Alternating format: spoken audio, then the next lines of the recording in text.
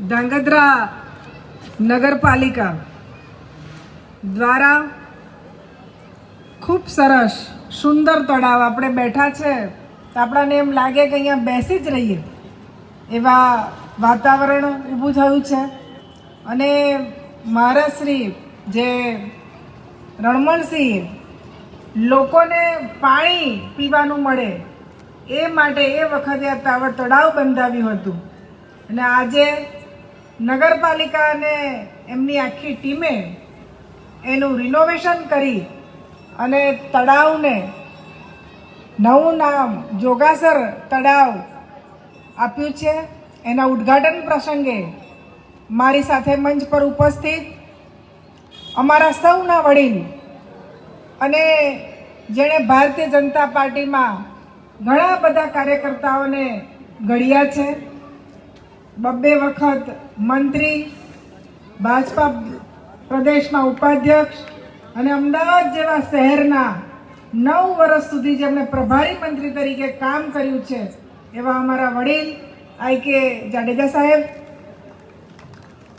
એવા જ આ વિસ્તારના લોકપ્રિય સાંસદ ચંદુભાઈ, મારા સાથી ધારાસભ્ય પ્રકાશભાઈ, આ નગરપાલિકાના પ્રમુખ કે જેણે થોડા જ દિવસોમાં જેમની ટર્મ પૂરી થવાની છે અને એમણે આટલું સુંદર કામ પૂરું કરી અને આ પ્રજાને ભેટ આપી છે એવા કુલદીપસિંહભાઈ, બેન પૂંજાબેન, શહેર પ્રમુખ નિશાંતભાઈ, ભાઈ બેન દર્શનાબેન અને કલ્પનાબેનને પણ હું અભિનંદન આપીશ કે એમણે એમના સમય દરમિયાન એ જ્યારે પ્રમુખ હતા ત્યારે આ તળાવનું બ્યુટિફિકેશન થાય, રિનોવેશન થાય એનું ટેન્ડર બહાર પાડ્યું હતું. એટલે શરૂઆત પણ બેને કરી હતી. એટલે એમને પણ ખૂબ ખૂબ અભિનંદન.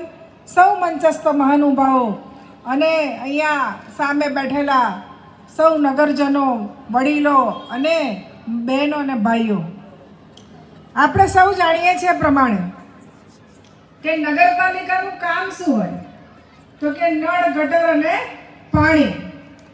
તો આપણે જાણીએ છીએ પ્રમાણે કે તમામ રસ્તાઓ આરસીસી થઈ ગયા છે.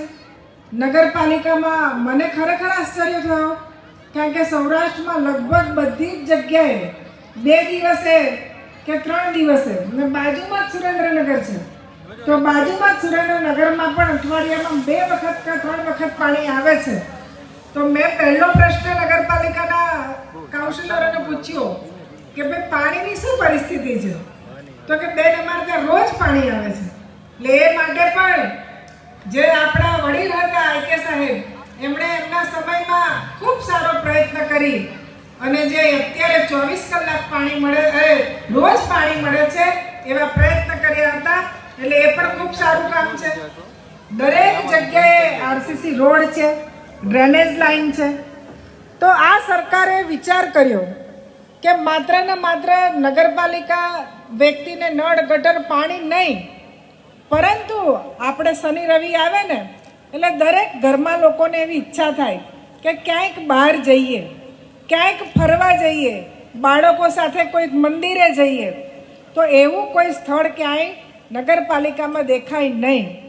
માટે જ આ સરકારે અને નગરપાલિકાના પ્રમુખ અને એમની ટીમે એવો વિચાર કર્યો કે આ જે તળાવ છે આ તળાવને ડેવલપ કરીએ ને એને સુંદર તળાવ બનાવીએ કે જે લોકો, નગરજનો અહીંયા આવે, બંને મંદિરો છે તો મંદિરના દર્શન કરે અને ભગવાન આપણા ગણપતિ દાતા એકદંત, કે આ આખા ભારત દેશમાં 2 જ મંદિર છે એવા મંદિર પણ અહીંયા છે. તો લોકો આવે, દર્શન કરે, શાંતિથી બેસે અને પોતાના બાળકો સાથે અહીંયા હરે ફરે અને મનોરંજન પણ કરી શકે. આ કામ આ સરકારે કર્યું છે. હું શહેરી વિકાસ મંત્રી તરીકે મને ખબર છે કે ઘણી બધી નગરપાલિકાઓમાંથી હેરિટેજ કોઈક વસ્તુ હોય તો એને ડેવલપ કરવા માટે લોકો માંગણી કરતા હોય, તળાવને ડેવલપ કરવા માટે માંગણી કરતા હોય, કોઈ રોડ રસ્તાને ડેવલપ કરવા માટે માંગણી કરતા હોય. તો આ સરકાર અને આપણા મુખ્યમંત્રી ભૂપેન્દ્રભાઈ પટેલ એમણે ક્યારેય એમ નથી કીધું કે ભાઈ અમારા સરકાર જોડે આ બધું ખર્ચો કરવા માટે પૈસા નથી, પરંતુ જ્યારે જ્યારે કોઈ પ્રોજેક્ટ લઈને આવે ને તો સરકાર તરત એને મદદ કરે છે ને નગરપાલિકામાં નવા પ્રોજેક્ટ પણ ત્યાં થાય છે. મને ખબર છે એ પ્રમાણે કુલદીપભાઈ છેલ્લા કેટલા અઠવાડિયાથી દર સોમવાર મંગળવારે અમારા પ્રકાશભાઈ ને કુલદીપભાઈ બંને મારી ઓફિસમાં આવી જાય અને મને કહે કે બેન અમારું આટલું કામ છે, આટલી ગ્રાન્ટ તમે મંજૂર કરાવો, આટલું આમ કરાવો, આટલું આમ કરાવો. અને મને પણ એવું જ હોય કે હું જે વિસ્તારની પ્રભારી મંત્રી છું એ વિસ્તારમાં વિકાસના સારા કામ થાય એ પણ મારી પણ ફરજ છે. માટે જે કામ લઈને લોકો આવે એ કામને હું સરકારમાં રજૂઆત કરી ને એને મંજૂરી મળે એવા પ્રયત્ન પણ કરું છું. આપણે આની સાથે સાથે કેટલા બધા કામોના આપણે ખાતમુહૂર્ત પણ કર્યા અને ભવિષ્યમાં એ બધા કામો પણ ખૂબ સારી રીતે પૂર્ણ કરવાના છે.